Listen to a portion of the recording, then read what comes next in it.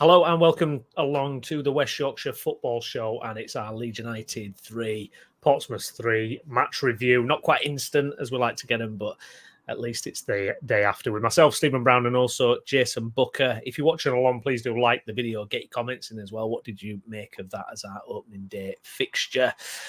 Jason, lots and lots to discuss. An absolute mad opening day game. I mean, even by Leeds United standards, this was wild. A lot to discuss. I think we thought it was going to be very, very straightforward based on the first 10 minutes. Leeds United absolutely dominant, hitting the bar 3 times and then getting the break with the penalty.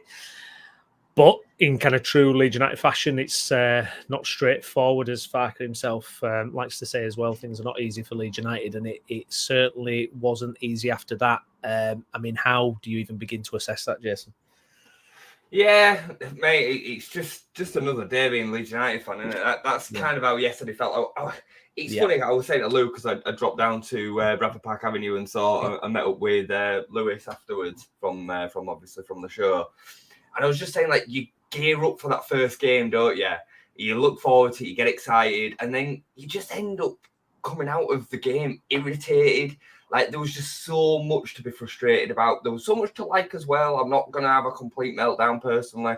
I know a lot of the fan base have just completely gone off the edge of the cliff, and I get it, you know, recently promoted club, first game of the season at home, and I think some of the frustration comes from we've seen this story before. We've seen this game play out before. We've seen us being able to create 10, 15, 20 chances and struggle to score, and opposition teams go up the other end and have 2 touches in the box and score from the first shot. Like, we've just seen it before. And I think given the concerns and the panic going into this season and the start that we had to last season being so pivotal to ending up missing out on automatic promotion, we're so keen to make sure that doesn't happen again. You know, we're going to 2 really tough league games after the Middlesbrough Cup game. I think everybody kind of saw a home game against a recently promoted team as a bit of a banker. So now we're already chasing his tails. You know, Sheffield United started on -2 points and they're on the same points as us after 1 game. I know it's not a massive deduction, but it still matters. So I get the frustrations, I get the disappointments both sides, and I just feel like we've ended up coming out of yesterday's game with a lot of questions. That's kind of how I feel about it. And, you know, kind of skipping to the end of the game, regardless of whether Brendan Aronson scores that chance or not yesterday, the questions would have still arisen. They'd have still been there. You know, Skip's just put there, personally, I thought it was pretty poor. I think that's a bit of a blanket statement to the game. I don't agree with that, personally. I think there were moments where we were really sloppy, and we can get into individual performances. I thought yesterday was just littered with individual mistakes in and amongst what there was some really good passages of play. We're going to get into the officials. I know me and you even disagreed on the penalty decision yesterday. Not specifically the penalty for me. I thought the officiating yesterday was horrific. But yet again, we've seen that story play out where teams are allowed to come, kick us up in the air, not get yellow cards for 80, 85 minutes, which would mean that the officials could officiate the game correctly. But they allow these teams to slow down the game, break up the play, not allow us to play football, which I get it. You know, there's many ways to play the game, and I understand that a team that is coming with less able players, with less ability within their ranks, need to try and even up the game. I get that, but it's on the referee to then make sure that they're not allowing to do that outside the confines of the rules. And we constantly get this situation where teams just are allowed to do that.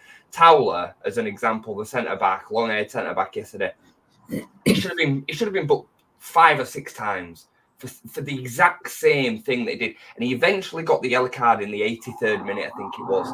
That's not right. It's not right. He should be on a yellow card after 10, 15 minutes after he's done it twice. And then he can't do that for the rest of the game then. but he's allowed to get away with it time and time. And that was my issue with the officials yesterday. And then it's kind of compounded with that last decision, or the pivotal decision, if you want. But the facts are is that we probably wouldn't have gone on to score a winner.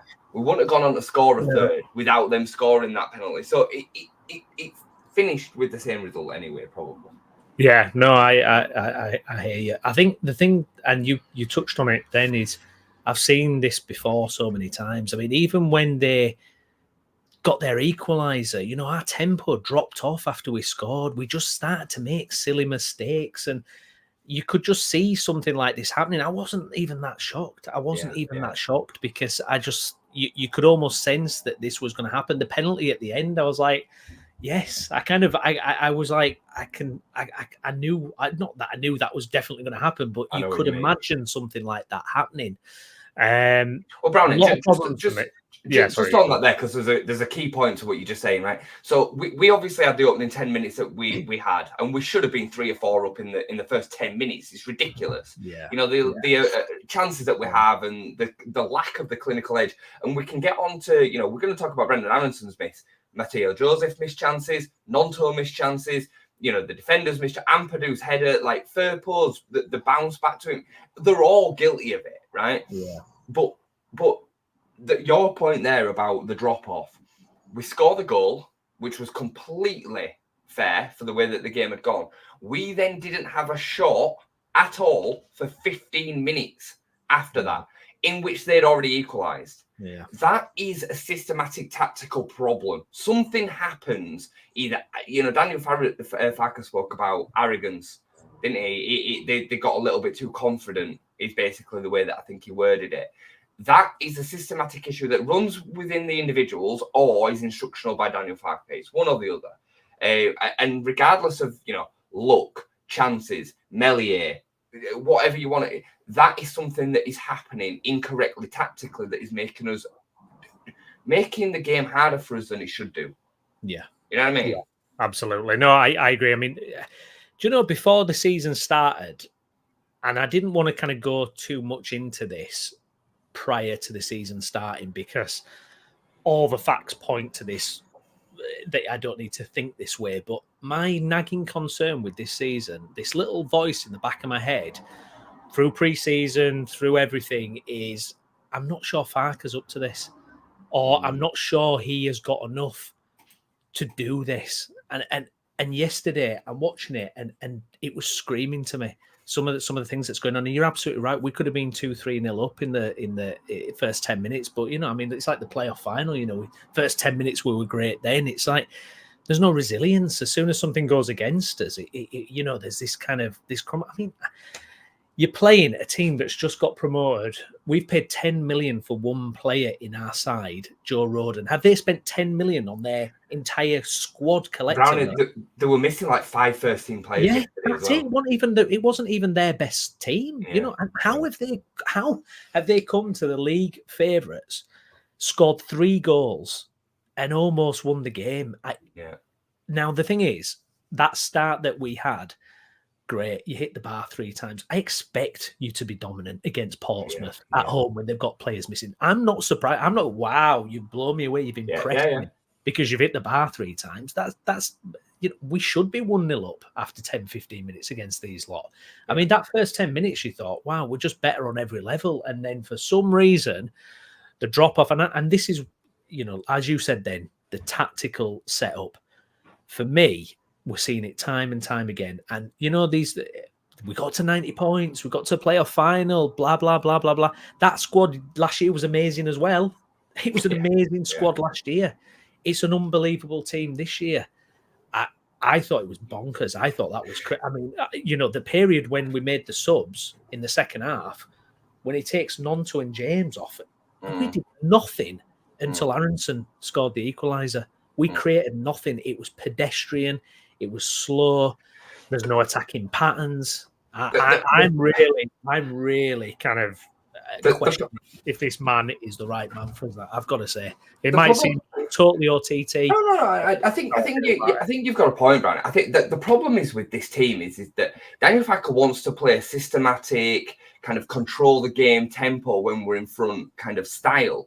But the problem is that these players, most of them, if you look through the team, Bogle, Firpo, Rutter, Nonto, Dan James, Matteo Joseph, certainly all of the attacking creative players, Brendan Aronson will throw in there as well with this. They like doing everything at pace.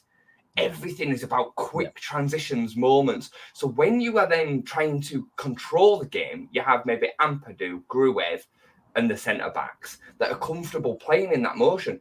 And all we end up doing when we're trying to do that and then still build up attacks, which is usually the best form of defence anyway, is that you give the ball away. You just give the ball back constantly, which then builds up momentum for your opposition. Portsmouth were pretty poor yesterday. They didn't create anything of any substance, really. But because they were allowed to build up a couple of moments, they take advantage of them. And then and I know we're going to get onto him. The tactical side of the game, I think, allows us to be in complete control and domination for 30 to 35 minutes. We need to start seeing that being 60, 70, 80 minutes, really. But when you're not on top, you then need your goalkeeper to not be a hologram. The facts are, in any competitive game of football, you're going to have moments, especially in league football, where the team should be somewhat comparable. Even bottom to top, they should be somewhat comparable. You're going to have times where you are on the defence. You need to be able to rely on your goalkeeper to stop basic chances and keep you in the game. You should be able to rely on them making a worldie every now and again to keep you in the game, right? And at the moment, I made the point yesterday, and I know this, it sounds like I'm being drastic. We might as well have an outfield player in there, right? Because he'll do the same job as a goalkeeper that Meslier is doing, and he'd be better at passing it out from the back. Yeah, it literally has got to that point. It's an absolute joke what we're having to contend with at the back.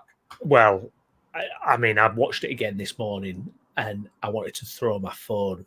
I was in the car at the time. I wanted to throw my phone out the window when I watched that first goal again, because it just kills everything. And for as much as I might kind of not fully be on board with Farke's tactics or whatever, I mean, that is just, it's so basic. I mean, don't get me wrong, the defending altogether for that entire portion is absolutely horrendous. But I just don't know. How can we still be talking about this, Jason? How can this football club that wants to be back in the Premier League, how can it build this squad and yet have such a weak link in such a key position?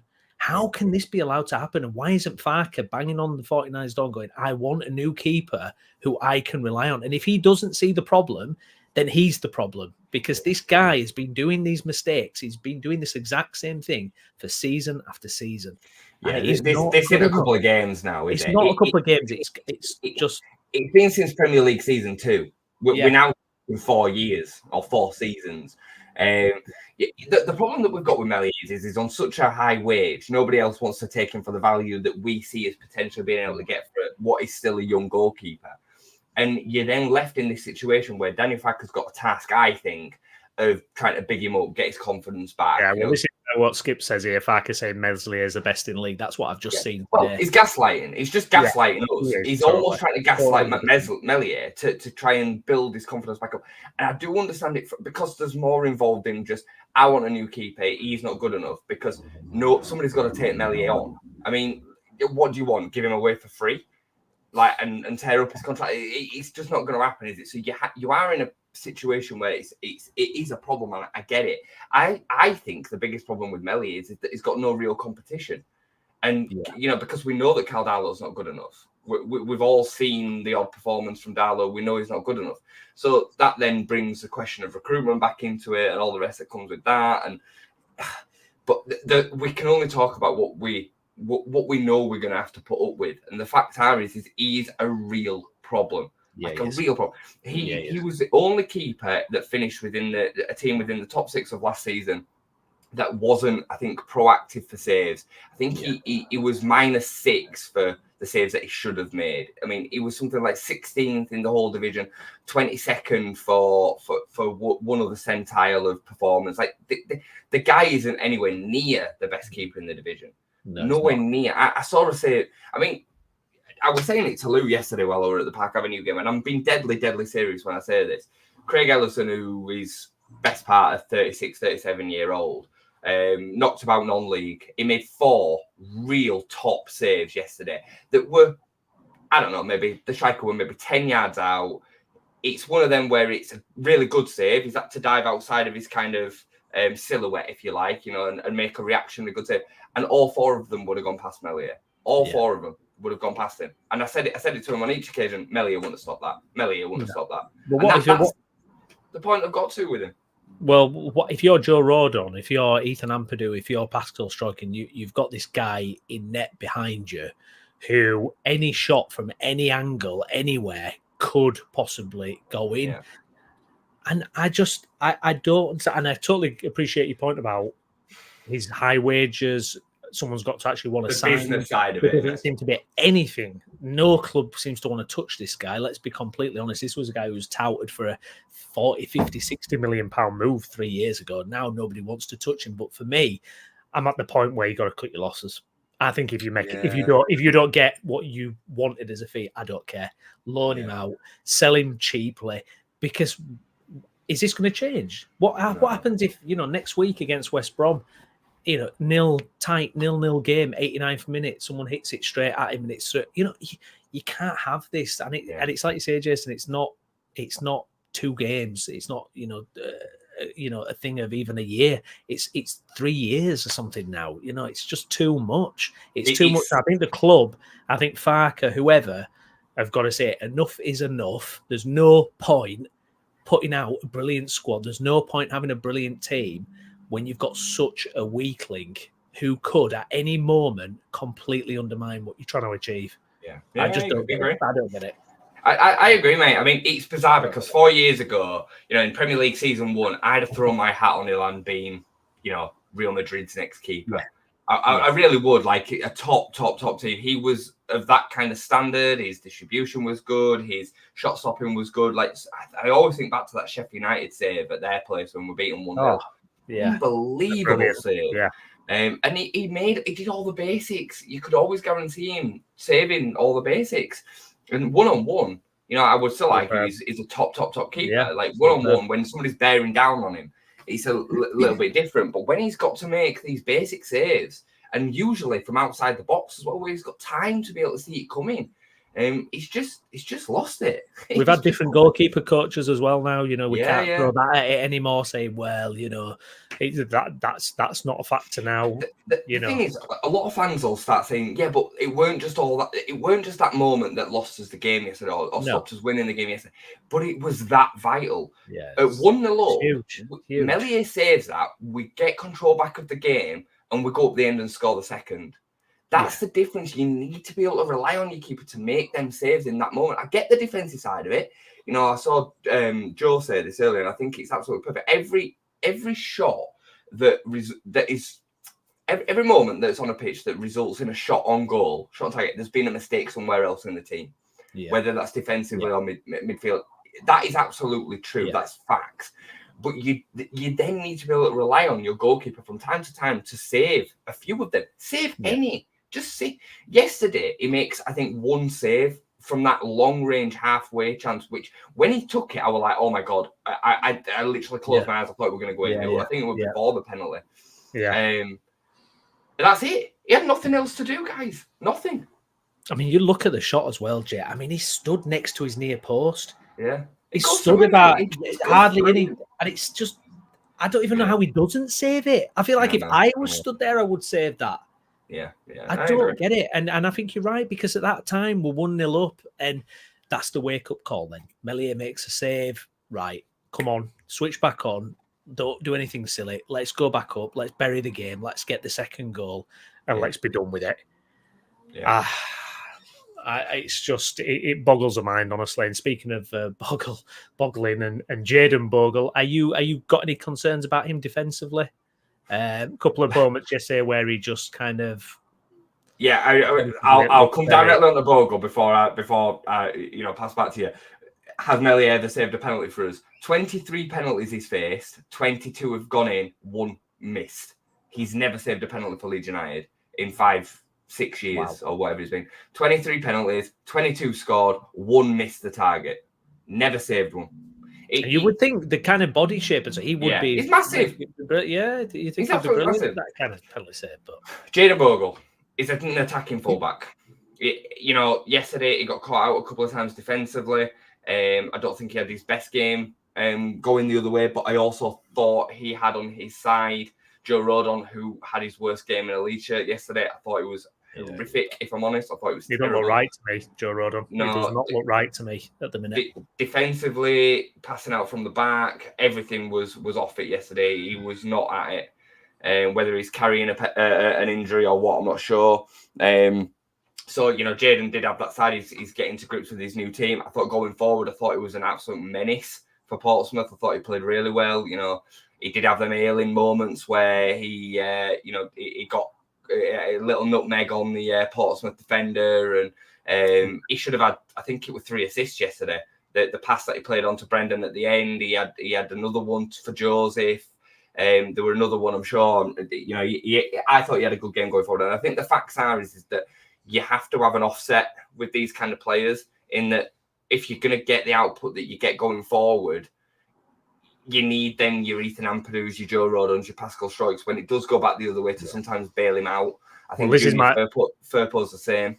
Yeah, I mean, this is my concern, because he was getting outdone at times by the Portsmouth player, when it was going towards the defence, and that's newly promoted Portsmouth. And I just look at, I mean, if you're another team now, you're just going to look to exploit that fragility, aren't you, really? And like you say, you've got it on the other side with Firpo as well. Look, you can't have it all, can you? You can't have them flying wingers and also be perfect in defence, but it was a bit eye-opening, I thought, to actually see it. We'd been warned about this, but I thought it was, the penalty, and yeah, we probably do disagree on that. What I would say, and you said as well, is Bogle gives the referee a decision to make. I mean, his hands are all over him, and it looks awful. And I was just, when he did it, I was like, oh, my instant reaction when he had his hands all over him and the Portsmouth player goes down, I was like, oh, and then the referee blew after a few seconds, and I wasn't surprised, and I just thought it was clumsy and foolish and really, really naive defending, I've got to say.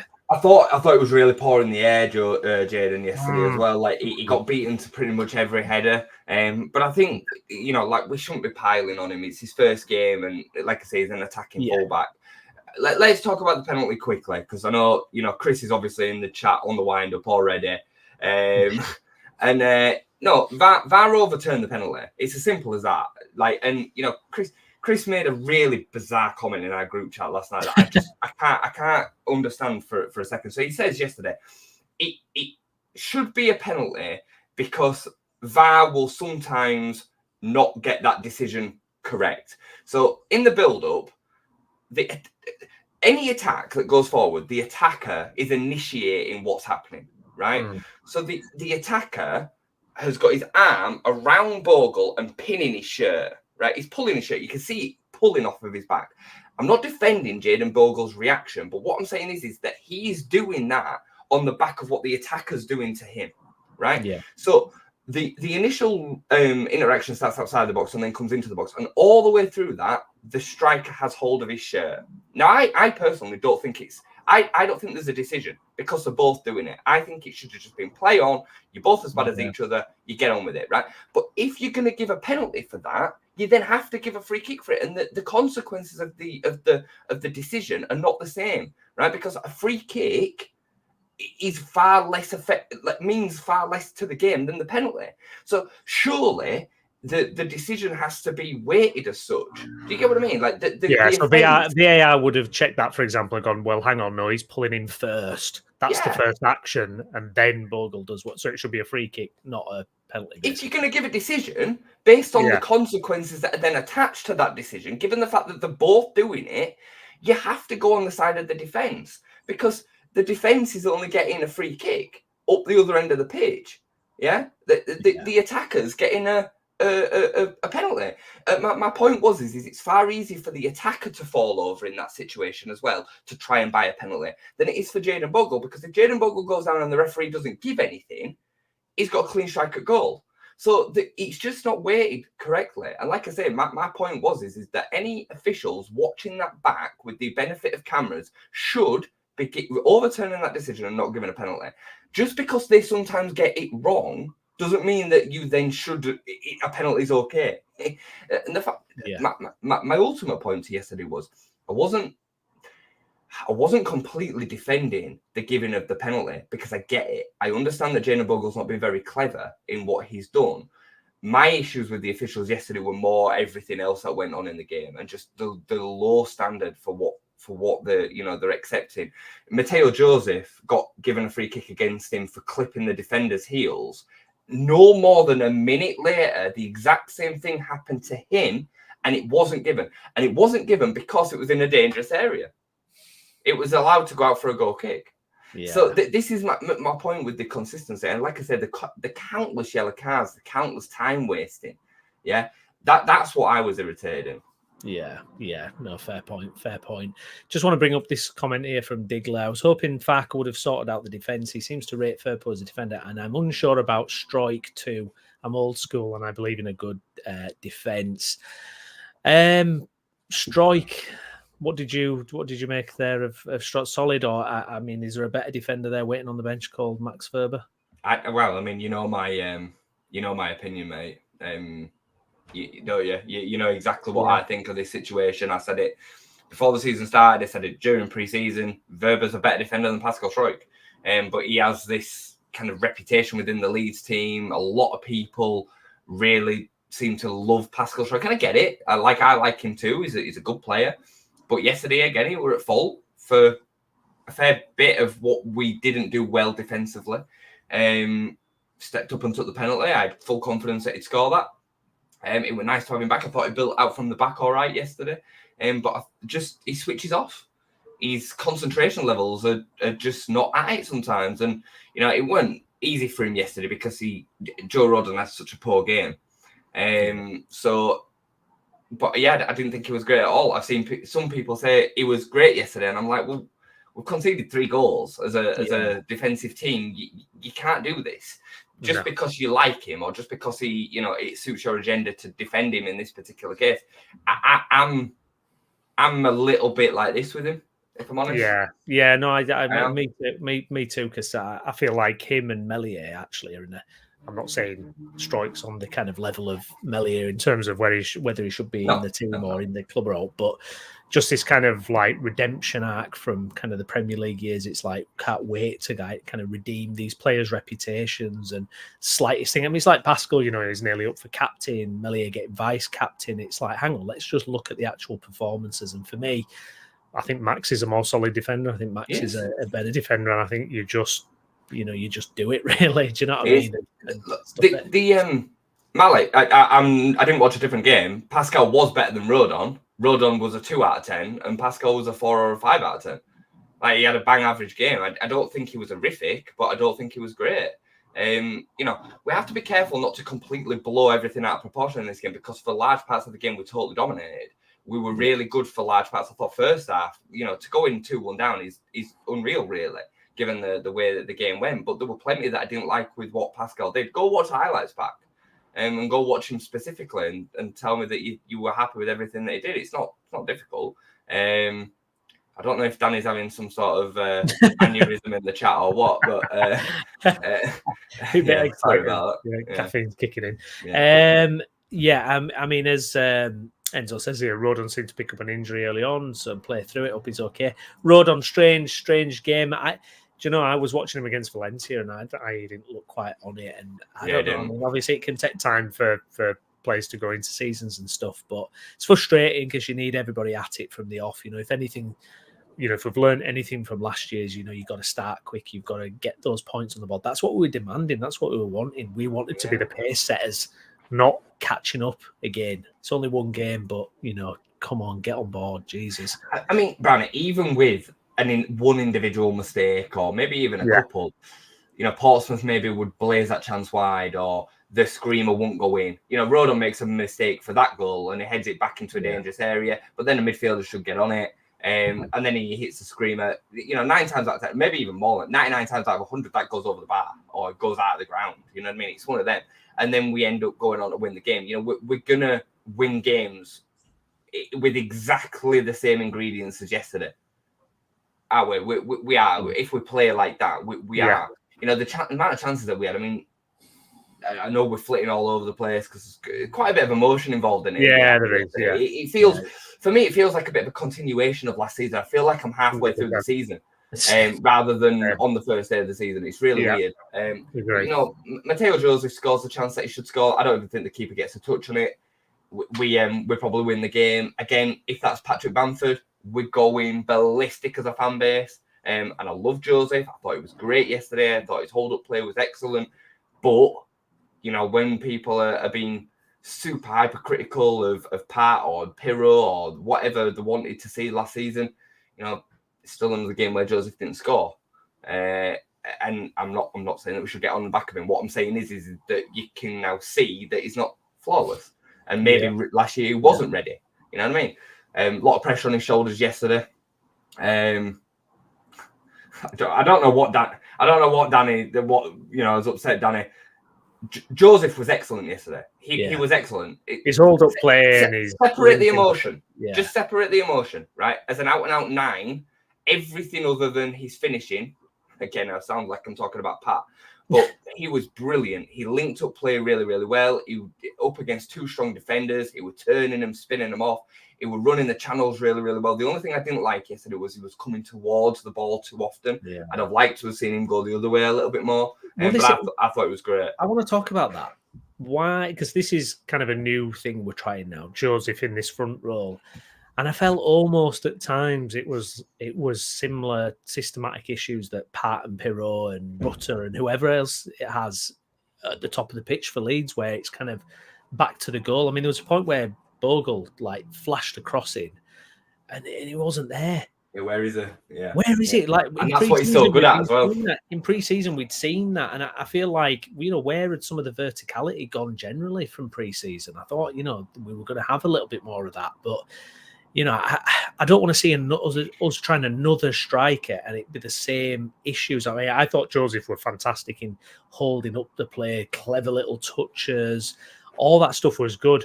Newsflash, Pat was doing that really well when he came into the team last year. That's what helped us go on that amazing run. I know that goes against the narrative that Pat Bamford's useless, but it's absolutely true. Go back and watch it.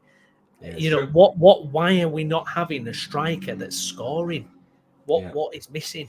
What is missing? I do think there were a lot more verticality to yesterday. You know, you think about some of the moments that we did create. You know, Nonto getting in, even the Brendan Aronson equaliser. Pirro passes it through the lines. It was a really intelligent pass. He played it through the 2 midfielders into Aronson's feet. Aronson scores.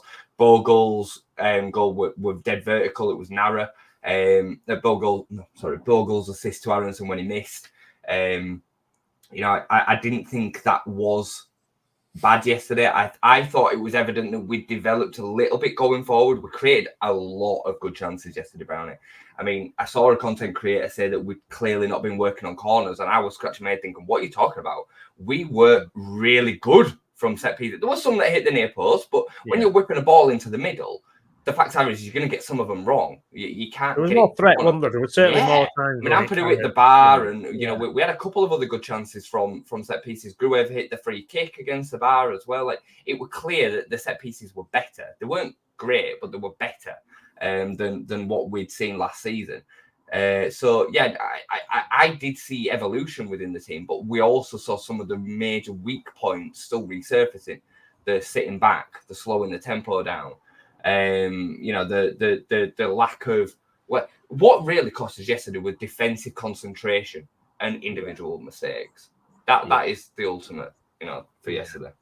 Yeah, it's frustrating, isn't it? I mean, talking about kind of other individual performances, Willie Nonto is an interesting one. I do feel like Willie is one of those that grows into games. I feel like he's generally that type of player. I mentioned it in kind of our season preview where he seems to get better as kind of time goes on, does Willie? I mean, he missed that glorious chance. I mean, how he didn't score that in the first 5 minutes or whatever it is, I don't know. And it's a shame. I felt he was really, at that point, our most threatening player, and he got taken off. He got subbed. I was kind of scratching my head. I was like, yes, we want subs, Farke, but like, read the game. This guy is doing damage. You don't take that off just to kind of And this could be another problem. When you've got the quality of bench that we've got, Aronson, Verba, Pirro, these guys happy on the bench? Does Farke have to tell that, oh, don't worry, you'll get 20 minutes, regardless of game state? And you can't have that. You can't have that kind of situation. I just felt that it almost to me was like Aronson has to get on the pitch. Nonto's off for Aronson. Doesn't matter how well Nonto's doing at that point, how dangerous he's been. He's coming off and Aronson's going on. Didn't make sense to me. Didn't like it. Yeah, no, it was exactly as you kind of described in there, in that it felt like it was a premeditated sub regardless of what was happening with the game, and he did it anyway. You know what I mean? Regardless of the way that the game kind of felt. I didn't think Nonto had the best of games yesterday. He obviously scored the goal, created a couple of chances that looked exactly the same as that.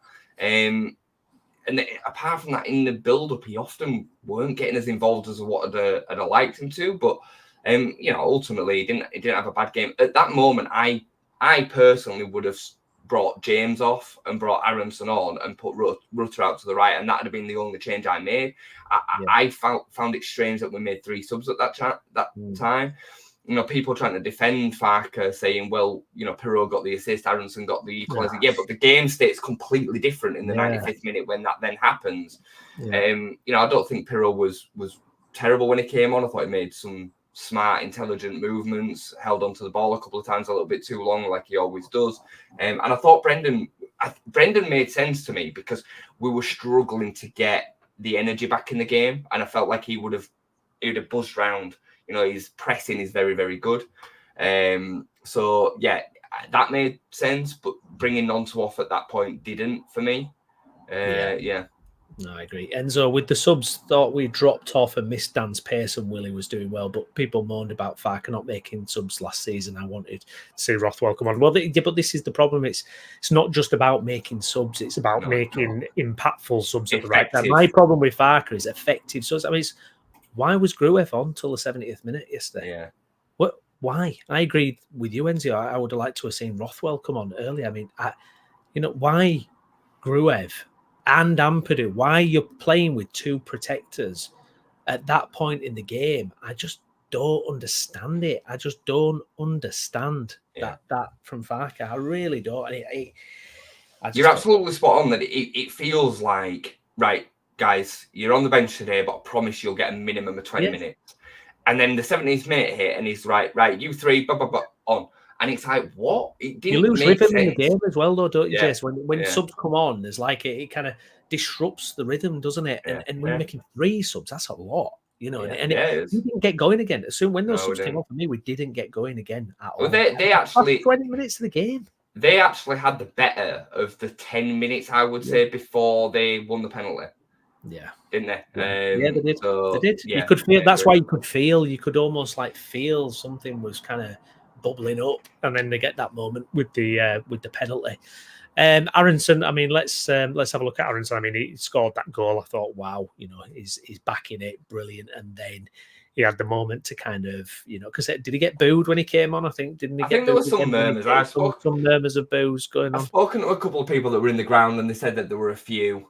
But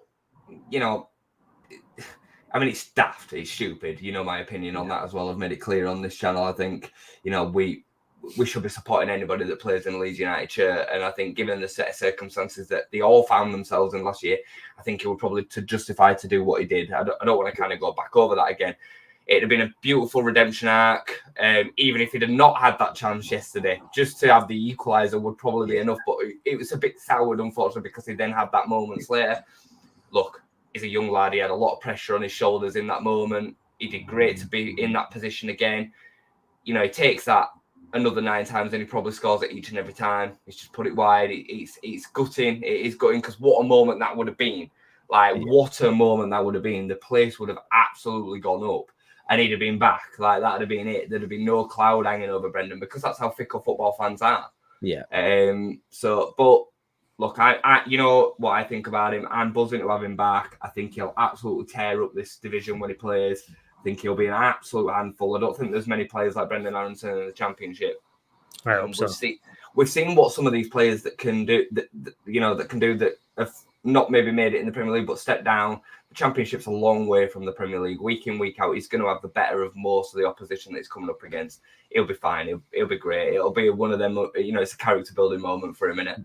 Do you think though that's one of those moments and where not having a Somerville, that clinical Somerville edge is going to impact this season, and actually where you go, we're gonna possibly really miss that. I know it's very kind of harsh to kind of crowbar in that kind of thing, but it does make me kind of think, that type of situations where, Creed buries it, doesn't it?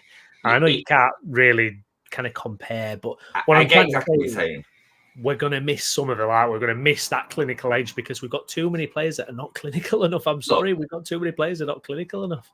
I think you have to expect that Joseph will become more that. Because he's a young lad, but he's a killer finisher. He is a very good finisher. We saw that against Valencia in pre-season. We saw it all the way through pre-season, actually.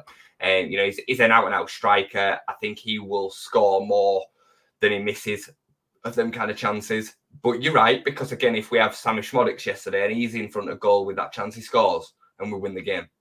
And likely also Chris Somerville. He probably takes that chance, but you have to then bear in mind also, Browney, we still scored 3 goals yesterday. Yeah, we still created I think it was 6 big chances, 27 shots on goal. The problem yesterday wasn't actually scoring, even though we should have scored another 3 or 4 goals. Really, it wasn't scoring goals that were the problem. We scored 3.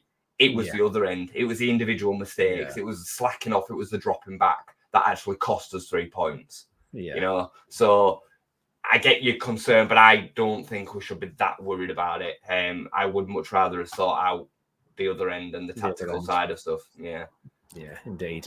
Johnny here, my opinion is that Leeds team should have beaten Portsmouth with ease. Ultimately, the buck stops with Farke. If the team are not comfortably in the top 2 by October, the 49ers need to act. Yeah, and I could even argue sooner for me because...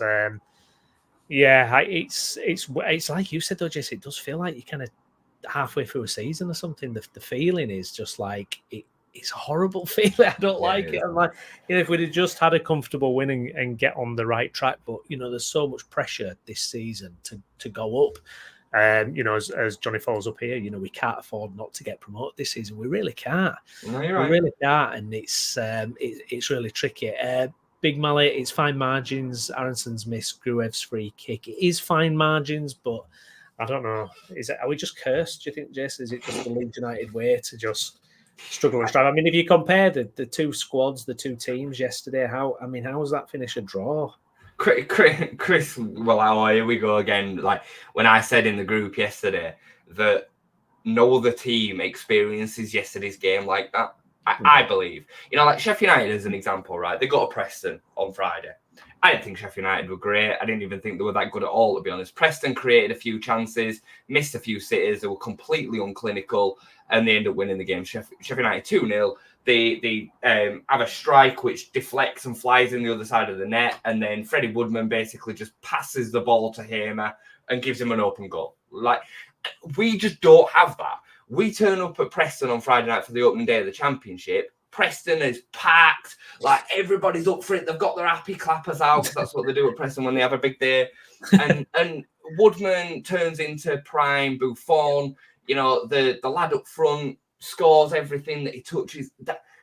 It's just the way that it is. Because of what we're like as a fan base, we bring some of it on ourselves. Because we're Leeds, we're massive, and we bring some of it on ourselves.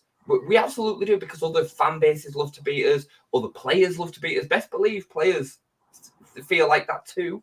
Yeah, they do.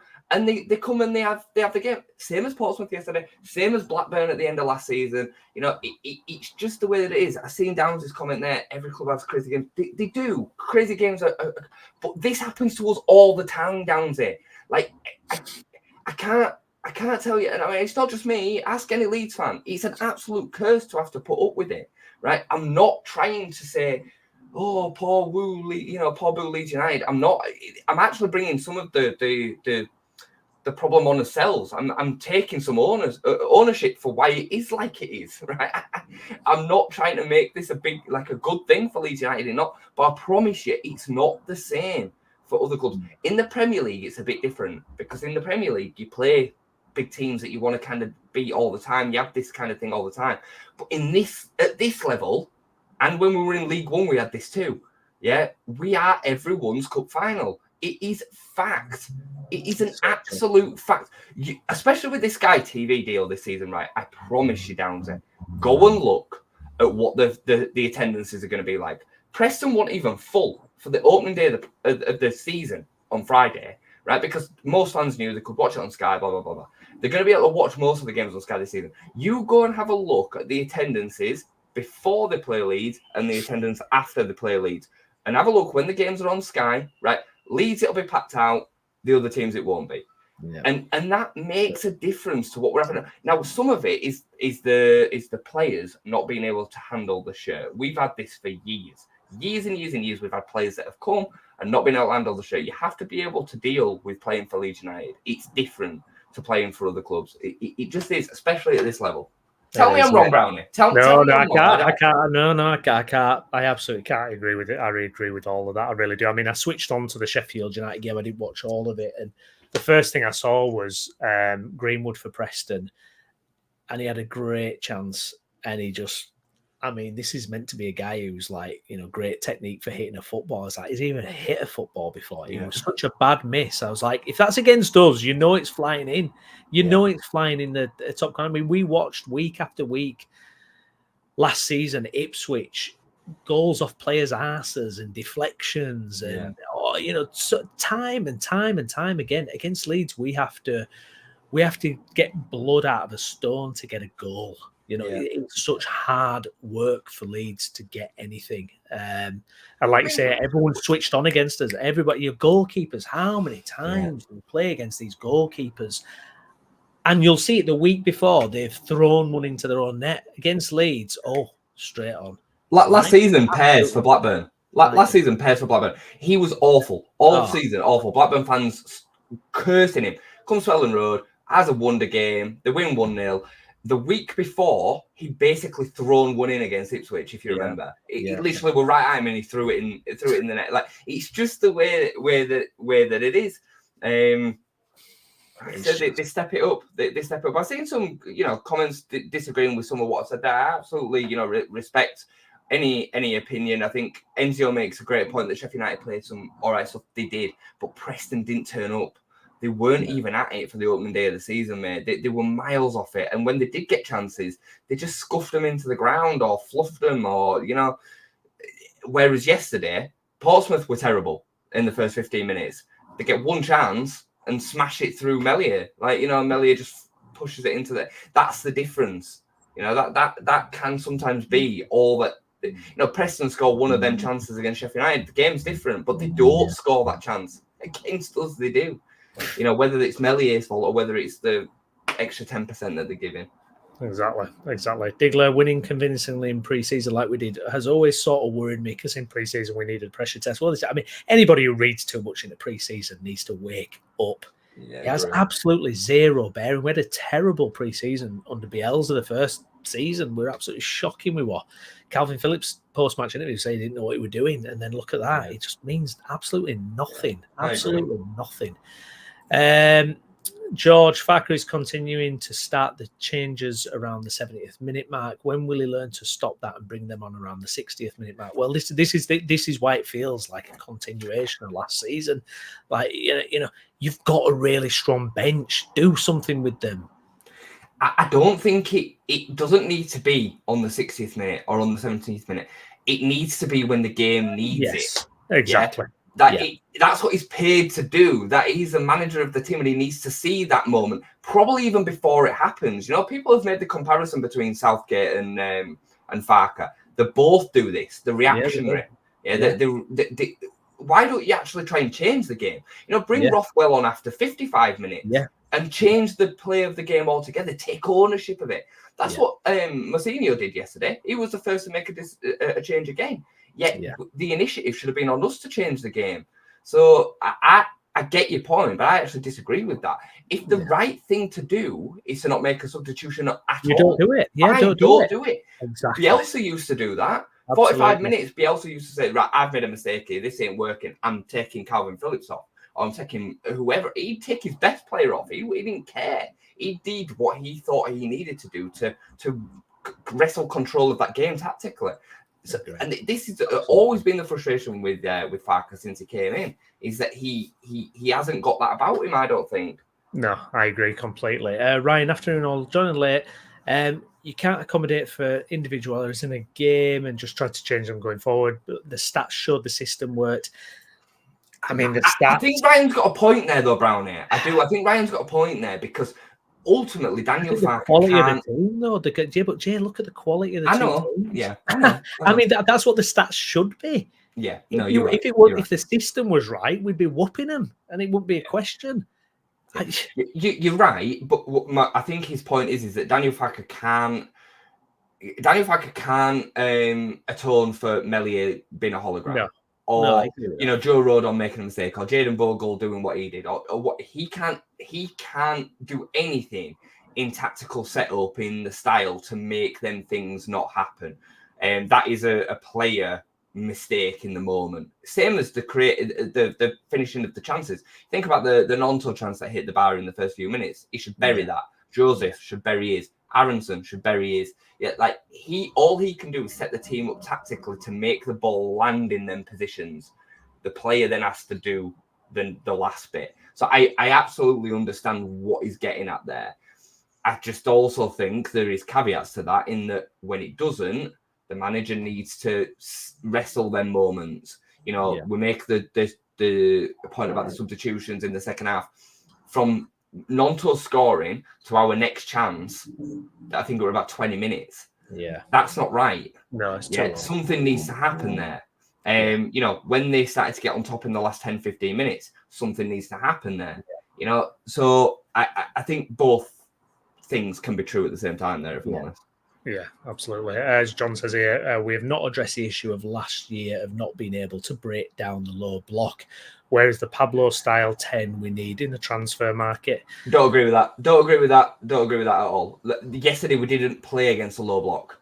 And even if you want to say that it was, which it wasn't, but even if it was, we did create bags and bags and bags of chances. We should have scored 7, 8, 9. We scored 3.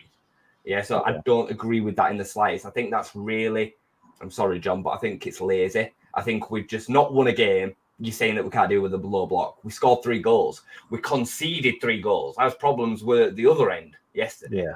Yeah, so I don't, that makes no sense. The problem with that I saw time and time again was, and this is where I felt there was an issue with having Gruev and Ampadu on for that amount of time, was we'd get into a position halfway up the field and kind of not know what to do with it. We kind of turn backwards. There weren't players making runs and at that point I'm going, where's the centre forward? Where's the runs through? Or where's the kind of, it just seemed to be like, okay, you've got to come up with some bit of genius to kind of get through here.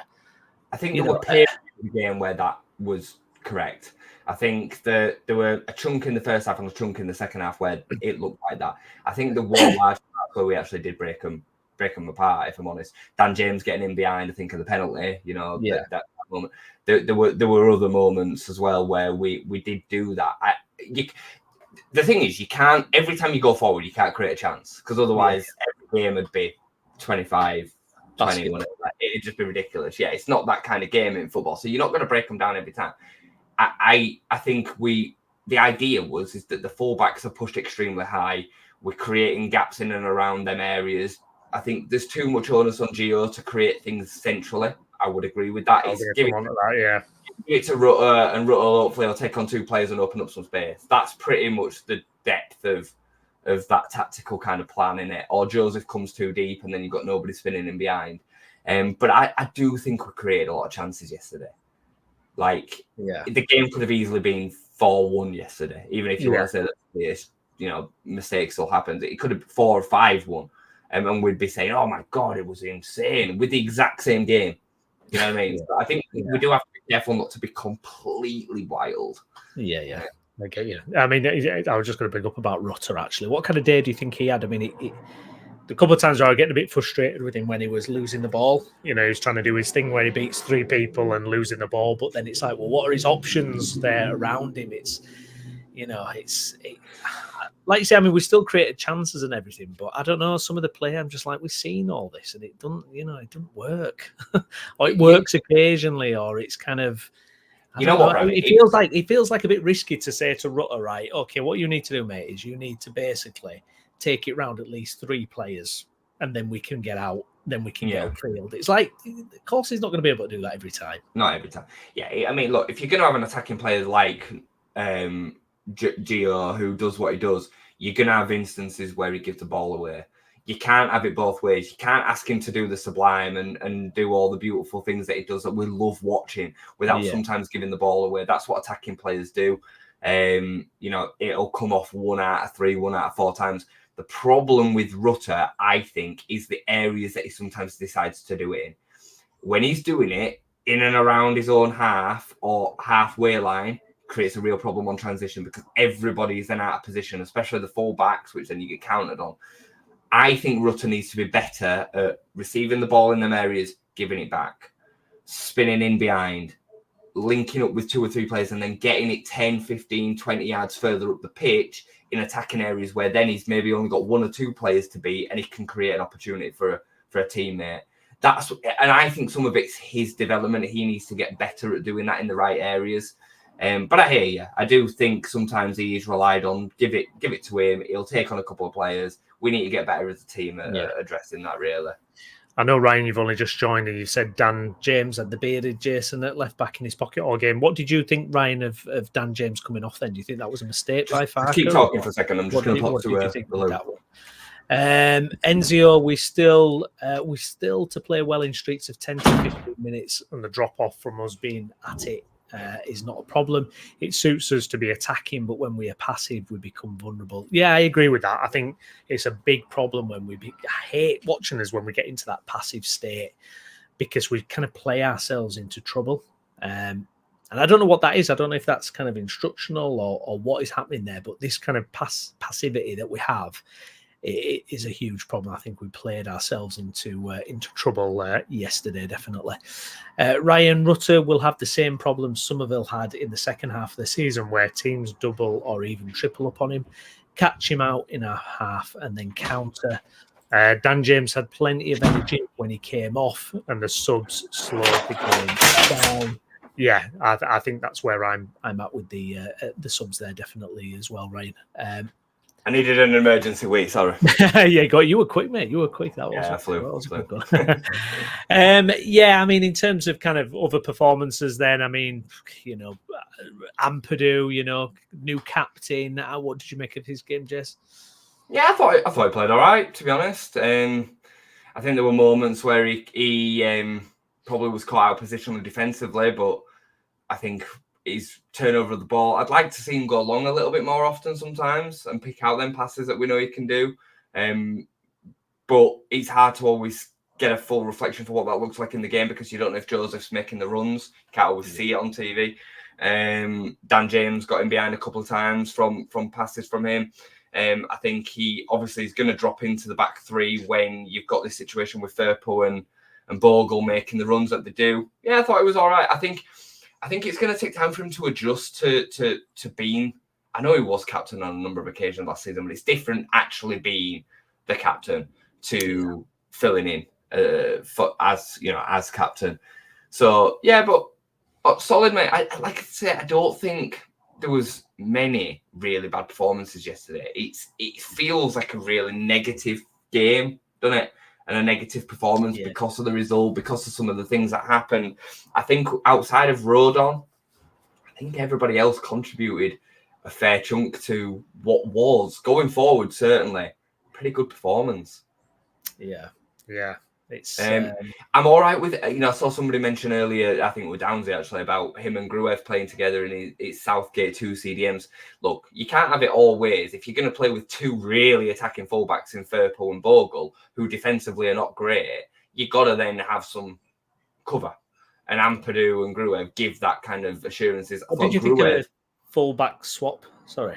I thought it was really weird. So it came out of nowhere. I was looking at it going, is Farke on the right there? What's And going it lasted for about 10 minutes. on? It was really weird. And they swapped sides and then started inverting.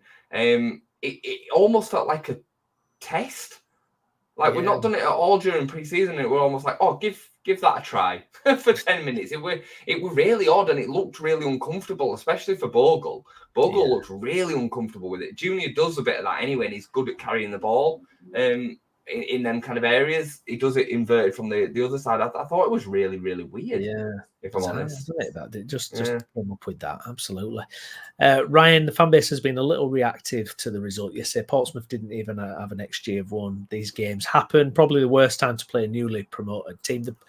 I get all that, but we always have some reason why this happens, though, don't we? At Leeds, there's always a reason why it doesn't quite happen to us. I mean, the XG thing, when you saw the XG, and it was 3.4 or something versus 0.89. You get 0.8 for a penalty. I mean, it was 0.15 without the penalty. Oh, yesterday. My God. Ryan's right. I know. Ryan is right. He makes a really, really good point with that. But you also are correct too, in that we are too often saying that. Yeah, we seem to say it all the time. Yeah, there's always some justifiable reason, but when does it just not happen? Were there any other results around the Championship yesterday that you kind of raised an eyebrow at? Obviously, wins for Blackburn, West Brom, who we've got next in the league, Sunderland picking up one, newly promoted Oxford. Could that be this year's Ipswich? 100%. I mean, I don't think they'll be the new Ipswich, no. But Oxford beating Norwich is a massive, massive result for Oxford to start the season off with. There were a few shocks. I think there were another one. Did Stoke win? I think Stoke won.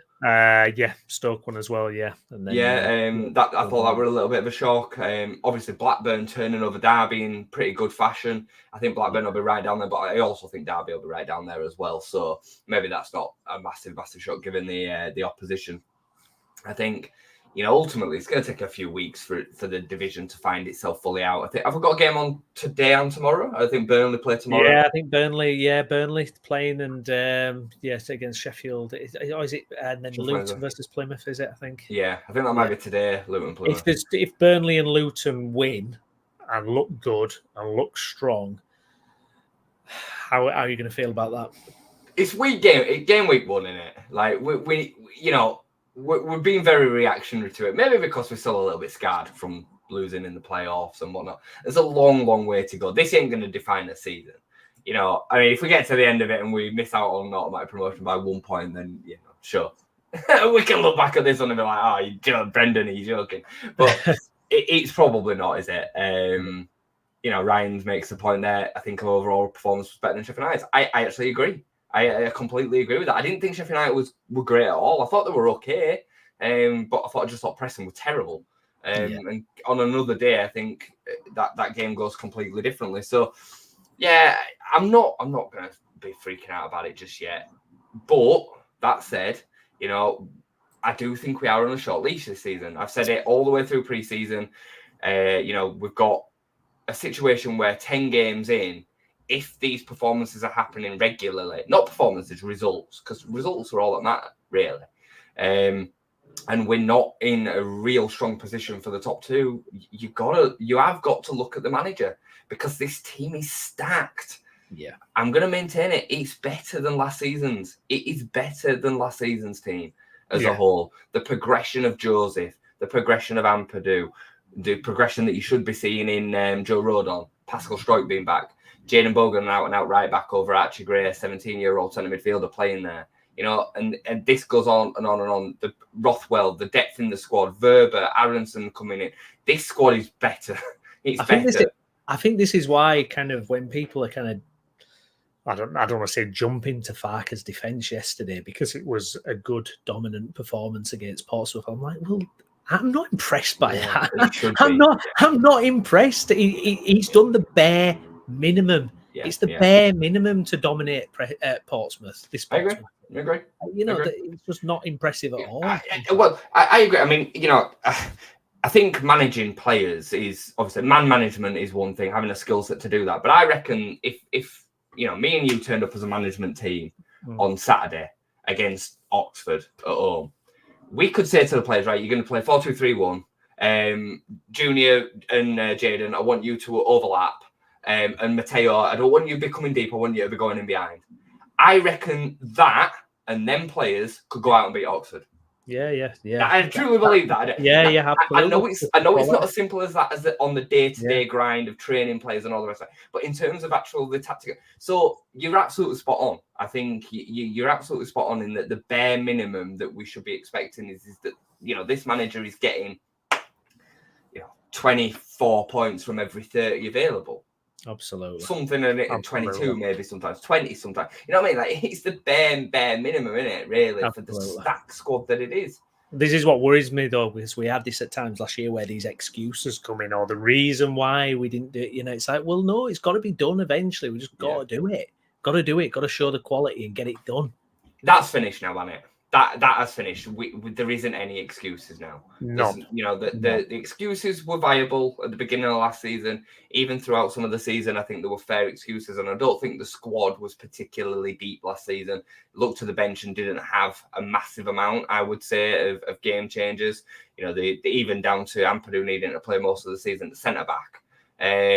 Because he couldn't trust Liam Cooper. And I get it at this stage of the Cooper's career. So, yeah, there's just none of that. None of that. Seen Ryan's put there about Raksaki. 15 million, though. I mean, do we need to spend 15 million on a player like this, do you think? I'm finding it hard to believe. I've seen a lot of people questioning whether it's real or not.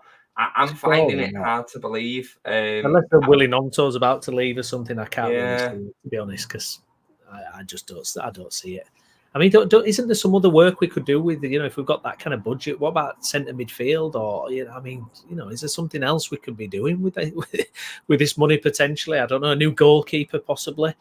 We're never going to see Melier replaced before the end of the window. I mean, I would prefer us to go out and buy either an out-and-out 10 who can maybe play as the 8, or an out-and-out 8. I think we're all right in them spots. Nonto, Aronson, James, Rutter, they can play them 4 spots between them. Go and give me a 10 or an 8. I'm trying to think of somebody in that 8. The Watford lad springs to mind, who played there last season. Forget his name now. Somebody that drives through that area that can give us some real box-to-box work, chipping with a few goals. I like Gruev, but he's very safe. Very. You know what I mean? So, yeah, I agree. Michael Brown, Portsmouth undefeated in their last 10 away matches from last season. Portsmouth only lost 5 matches last season. They could be the new Ipswich Town. Ipswich only lost 4 matches in League One. There we go. It starts, doesn't it? We've played the new Ipswich. That Ipswich team was created for the Championship, and they were riding across the wave. Kieran McKenna and all the rest of it, and they did have some quality within there, and everything kind of fell right. That Portsmouth team that we saw yesterday weren't the same. I know we absolutely smacked up Ipswich twice last season, but even playing Ipswich, you could see the quality that they had. Portsmouth don't have that. Portsmouth are just another Championship team. They'll probably finish between 15th and 20th. Yeah. Tough week ahead, Jason. We got Middlesbrough in the League Cup first round, followed by West Brom next Saturday, and then we got a trip to Sheffield Wednesday the following Friday. I mean, to be honest, looking ahead after that, you got Hull after that, Burnley after that, Cardiff, Coventry. It don't get easy. It's a Championship, every fixture's. Oh God, look at that. Portsmouth was meant to be the banker, wasn't it? I mean, I'm looking at that, Jason. I think it's fully feasible. We might not get a win in our first 4 games potentially. I'm looking at it going, that could happen. That could be feasible. That's listen, performances that. The pressure will be massively on him, but if we're gonna finish in the top 2, you need to win some of them games. So, and that goes for any season. Whenever you play them, you know what I mean. Like you got to play these teams, and you know what I mean. We can't just be like, right, okay, we're starting the season against Portsmouth, Oxford, and Derby. Right, we should be on 9 out of 9, and then these games then become easier. They don't. You got to play them at some point. So, good. They'll all be acid tests. And if Daniel isn't right, I'm still backing him, by the way. I know we've been critical. We've had this conversation last season, and it went like this. From time to time, we were right behind him. From time to time, we were questioning him. It's fair to do that as a fan. I think it's good that he's got some difficult tests early. Yes, because then if it's not right, he's going to be gone, isn't he? So.